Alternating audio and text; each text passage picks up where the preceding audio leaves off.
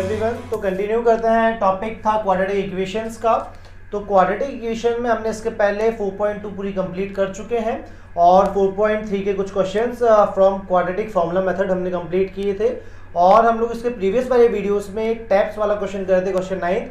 वो पर्टिकुलर एक क्वेश्चन किसी वीडियो के हिसाब से लेंथ ज़्यादा हो रही थी, तो मैंने उस क्वेश्चन को ही वहाँ पर कंप्लीट करके वीडियो कंप्लीट कर दिया था। और ये क्वेश्चन भी उसमें करने का प्लान था, पर हमने वो क्वेश्चन को यहाँ पे ड्रॉप कर दिया था और इसके लिए एक नेक्स्ट वीडियो अलग से बना रहे हैं। ठीक है, तो क्वेश्चन नंबर 11 के साथ हम एक्सरसाइज 4.3 भी क्या करते हैं, फिनिश करते हैं। चलिए तो स्टार्ट करते हैं। क्वेश्चन है आपका, sum of areas of two squares is 468 metre square.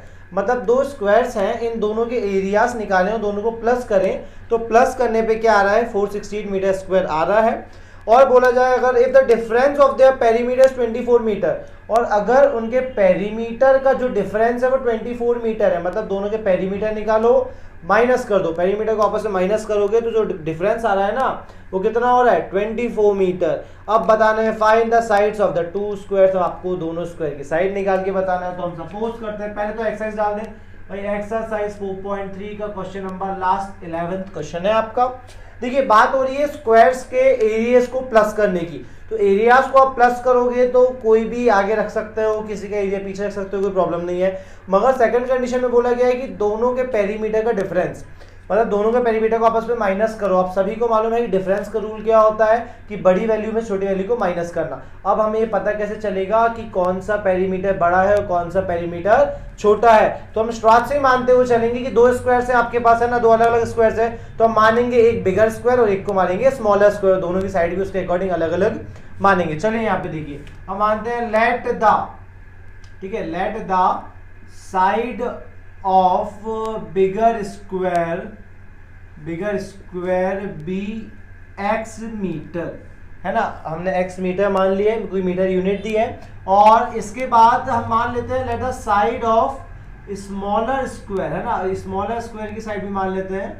तो side of smaller square be y metre. देखिए अभी मैं दो वेरिएबल ले रहा हूँ, ये बाद में आगे जाके एक वेरिएबल में क्या हो जाएंगे, कन्वर्ट हो जाएंगे ऑटोमेटिकली। क्लियर है यहाँ से? तो यहाँ तक आप सभी को क्लियर हो गया होगा। अब आपके पास दो कंडीशन, एक में इन दोनों का एरिया और सेकंड कंडीशन में इन दोनों का पेरीमीटर।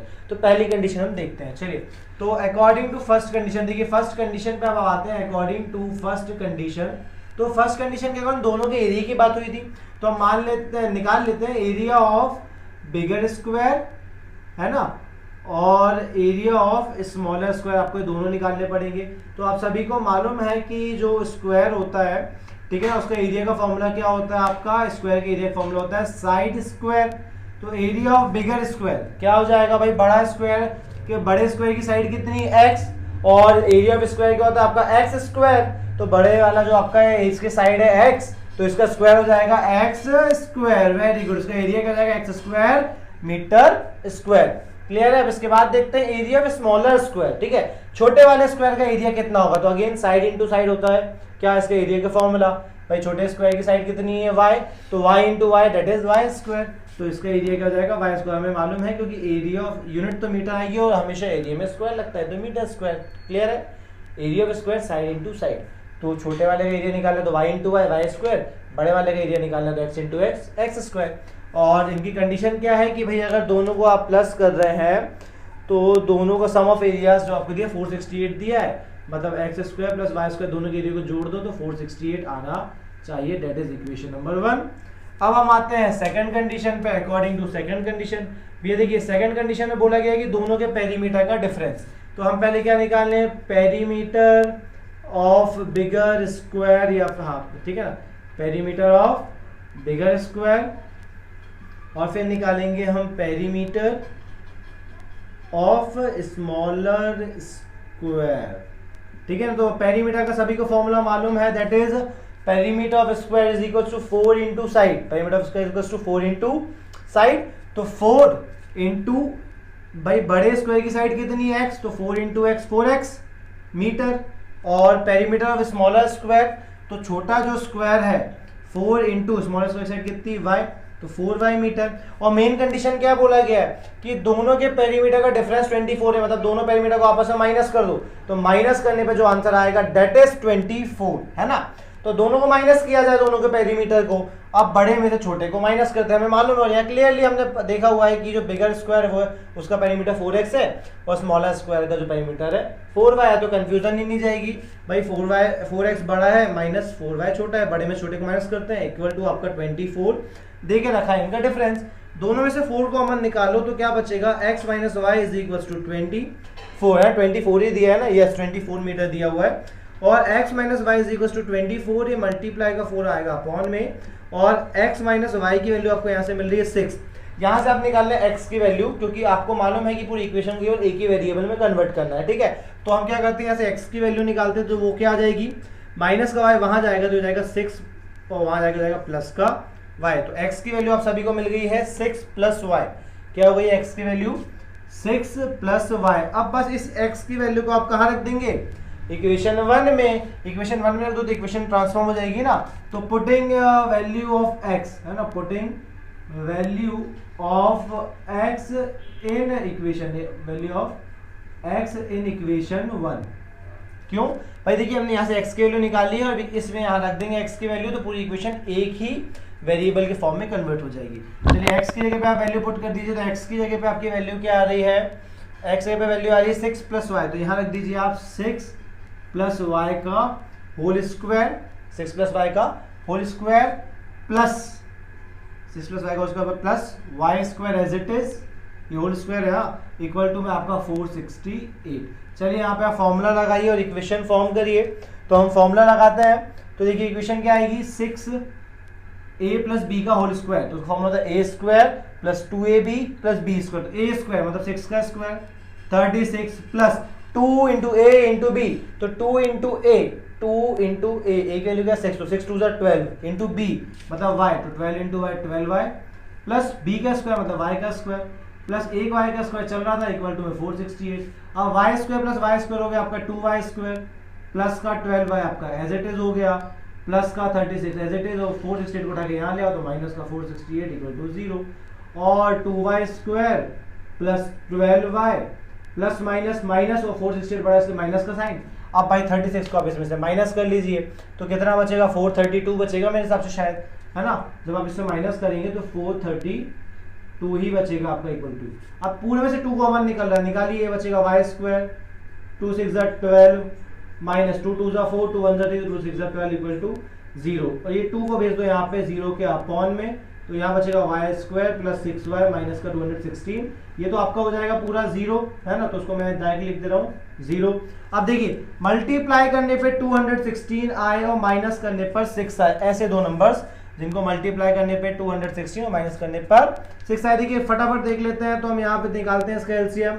2 से आएगा 2 1 2 1 बीच में देखो 2 कैंसिल हो गया, 1 छोटा नंबर आ गया तो बीच में क्या लेंगे 0, 2 8 16, then 2 5 10, 2 4 8, then 2 2 4, 2 7 14, then 3 9 27, 3 3 9 और 3 1 3। अब ग्रुपिंग करें और ग्रुपिंग करके निकालें 216, मल्टीप्लाई करने पे 216 आना ही आना है, माइनस करने पे ऐसे दो नंबर ग्रुप करो जिनको माइनस करने पर 6 आ जाए इनमें से। तो मैं अगर देखूं इन तीनों का तो ये हो जाएगा 3 3 9 27 और ये हो जाएगा 2 2 4 4 2 8। इनका माइनस करने पे तो कुछ नहीं आ रहा, कोई मतलब नहीं है ना भाई, इनका माइनस करने पे तो हम कुछ कर ही नहीं सकते हैं क्योंकि माइनस करने पे 6 तो आएगा ही नहीं आपका, ठीक है। चलिए देखते हैं इसके बाद। तो नेक्स्ट हम देखते हैं इनकी ग्रुपिंग करने की जगह अब इनकी ग्रुपिंग थोड़ी चेंज की जाए।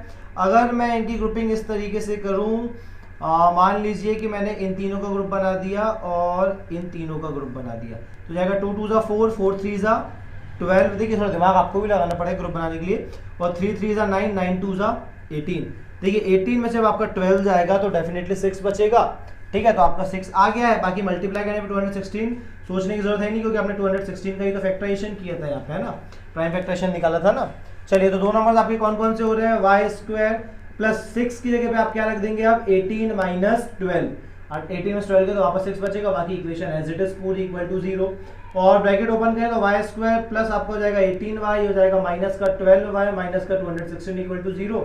यहाँ से आप y कॉमन निकालेंगे तो क्या बचेगा दोनों में से, यहाँ बचेगा y और यहाँ बचेगा प्लस का 18, यहाँ बीच का माइनस का साइन एज इट इज, यहाँ से 12 कॉमन निकालो, यहाँ बचेगा y, ये माइनस का नहीं माइनस क्या हो जाएगा प्लस, क्योंकि बाहर अगर पीछे माइनस साइन है तो अंदर साइन चेंज होगा, और यहाँ से आप कॉमन निकालेंगे तो यहाँ भी 18 बचेगा इक्वल टू 0, तो y प्लस 18 इक्वल टू 0 बचेगा और y माइनस 12 इक्वल टू 0 बचेगा। देखिए मैंने एक स्टेप बीच में से लैप्स कर दिए, y प्लस 18 और y माइनस 12 इक्वल टू 0 को डायरेक्ट कर सकते हैं आप लोग। तो y की वैल्यू यहाँ से आ रही है माइनस का 18 और y की वैल्यू यहाँ से आ रही है प्लस का 12। ठीक है, अब देखिए बात हो रही है यहाँ पे स्क्वायर की साइड की। ठीक है, x क्या है स्क्वायर की साइड है, y क्या है स्क्वायर की साइड है। तो स्क्वायर की साइड कभी माइनस में तो आनी नहीं है, आप सभी को मालूम है। कोई शेप है तो उसकी जो साइड होगी वो नेगेटिव कभी नहीं होगी। तो आप क्या करेंगे, नेगलेक्टिंग द नेगेटिव वैल्यू, आप नेगेटिव वैल्यू को नेगलेक्ट करेंगे क्योंकि नेगेटिव वैल्यू कभी हो नहीं सकती। इसलिए y की वैल्यू क्या मिल गई आपको 12। y एक्चुअल में था क्या, y था आपका साइड ऑफ स्मॉलर स्क्वायर है ना, आपको मिल गई है क्या, साइड ऑफ स्मॉलर स्क्वायर। ठीक है, साइड ऑफ स्मॉलर स्क्वायर आपकी y थी और y क्या है आपका 12 metre. Side of smaller square तो आपको 12 मीटर मिल गई। मतलब यहाँ से x की वैल्यू निकालना है, x की वैल्यू आपको ये दिख रही है ना। Now side of bigger square, वही बड़े स्क्वायर की तो साइड निकालनी है। तो साइड ऑफ बिगर स्क्वायर क्या हो जाएगा आपका, इक्वल टू x, और x की वैल्यू क्या देके रखी है 6 प्लस वाई, मतलब x is equal to 6 plus y की वैल्यू 12, तो x is equal to 18 metre. तो बड़े स्क्वायर की साइड हो गई 18 मीटर और छोटे स्क्वायर की साइड हो गई 12 मीटर। समझ में आया, बहुत सिंपल क्वेश्चन था, पूरा आपके सामने सॉल्यूशन है। चाहो तो रिप्ले करके वापस देख लो अगर कहीं प्रॉब्लम होगी तो। ठीक है, वैसे मुझे लगता नहीं आपको इसमें कोई प्रॉब्लम अब जाएगी। सभी को प्रॉपर क्लियर हो गया है, एक कंसेप्ट पूरा क्लियर है। इसके साथ हमारी जो एक्सरसाइज 4.3 है उसे हम एंड कर रहे हैं अब ये वीडियो के लास्ट में। और वीडियो अगर आपको पसंद आया तो वीडियो को लाइक आप जरूर करेंगे और शेयर भी करें। क्लियर है, ओके, थैंक यू।